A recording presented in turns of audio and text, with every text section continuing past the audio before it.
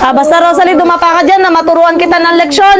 Opo po, pati isang huwag niyo po baluhin si Rosalie. Alam ko po kung sino kumuha ng pera niya sa pitaka. Asan na ba yun? Hoy Rosalie, mabuti naman at nakauwi ka na. Bakit po, Nay? Mamaya na po, meron pa po kasi akong hinahanap eh. Aba Rosalie, halika nga dito at kakausapin kita. Asan na yun? Rosalie, totoo ba yung sinabi sa akin ni Kylie na nakipag-away ka na naman sa mga kaibigan mo at kalaro mo? Ikaw talaga, hindi ka na nagbago. Lagi ka na lang nakikipag-away, bata ka. Ano po, Nay? Hindi nga po ako nakikipag-away eh. Kylie, sabihin mo na kay nanay yung totoo na hindi ako nakikipag-away. Anong hindi ate? Nakita ko nga kayo eh. Nagkaaway ni Arisha. Anong nag-aaway, Kylie? Nag-uusap lang kami ni Arisha tungkol dun sa project. Ano Rosalie? Anong ibig mong sabihin na nagsisinungaling yung kapatid mong si Kylie para mapasama ka? Nay, di po ako nagsisinungaling. Di po totoo yun. Ito kasi si Kylie nagsusumbong kay nanay ng mali. Kaya tuloy si nanay naniniwala sa kanya. Si nanay naman ayaw mo na alamin bago magalit sa akin. Hindi naman naniniwala sa akin si nanay.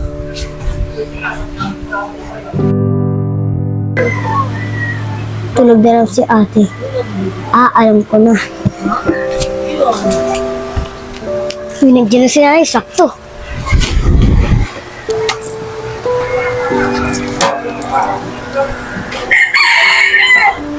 Nay, nandiyan na po pala kayo. Kakataas ko lang po magugas ng pinggan.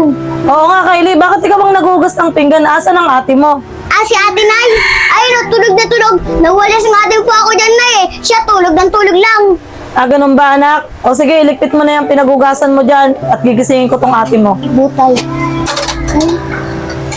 Rosalie, anak, gumising ka nga dyan. Bakit yung bunsong kapatid mong pinagugas mo ng pinggan? Ano po yun, Nay?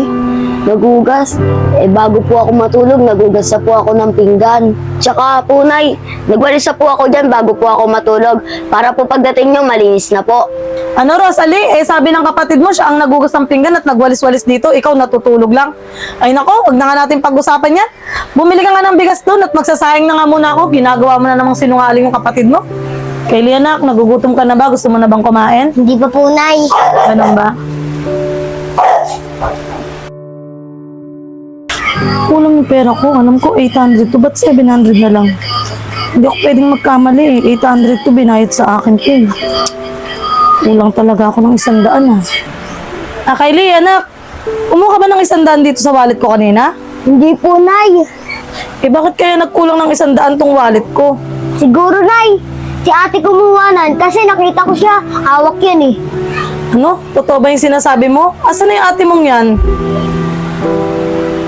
Nay, ayun na po si ate oh. O Rosalie, anak. Sakto at nandito ka na. Halika nga rito saglit. Nay, bakit po? Ano po yun? Anong bakit po? Nawawalan ako ng 100 at sabi ng kapatid mo, ikaw daw ang kumuha. Nung nakaraan, Asan na kaya si pinagbibintangan mo Rosalie? yung kapatid Ba't mo di ko ng siya kung ano-ano. Ngayon, nangunguha ka na ng pera. Ano bang pinagagawa mo, Rosalie? Napagalitan si Rosalie. Ano po, Nay? Wala po ako sa inyo kinukuhang pera. Sino po nagsabi sa inyo? Sino pa nga bang magsasabi sa akin? Di yung kapatid mong si Kylie. Ayan o, halika Kylie. Sige Kylie, sabi mo sa ate mo na nakita mo siya na kinuha niya yung pera sa pitaka ko. Oo ate, kitang-kita ko na kumuha ko ng pera sa pitakan ni nanay. Umamin ka na. O ano pang masasabi mo, Rosalie? Kitang-kita ka na ng kapatid mo, magsisinungaling ka pa.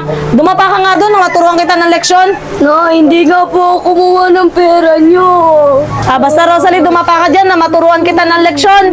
Opo po, pati isang huwag niyo po baluhin si Rosalie. Alam ko po kung sino kumuha ng pera niya sa pitaka. Ganun ba, Risha? Sino naman ang kumuha ng pera ko sa pitaka? Puntahan ko na nga si Rosalie. Tagal naman yun. Uy, si Kylie yun ah. Ano kayang ginagawa ni Kylie? Sakto, daming laman. Kumuha ko 100. Sigurado ko, si ate mapapagalitan na ito ni nanay.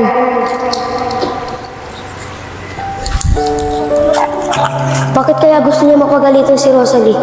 Paano na? Hanapin ko si Rosalie para masabi ko. Arisha, maraming salamat sa iyo ha. Kung hindi dahil sa iyo, baka napalo ko na talaga si Rosalie nang wala naman siyang kasalanan.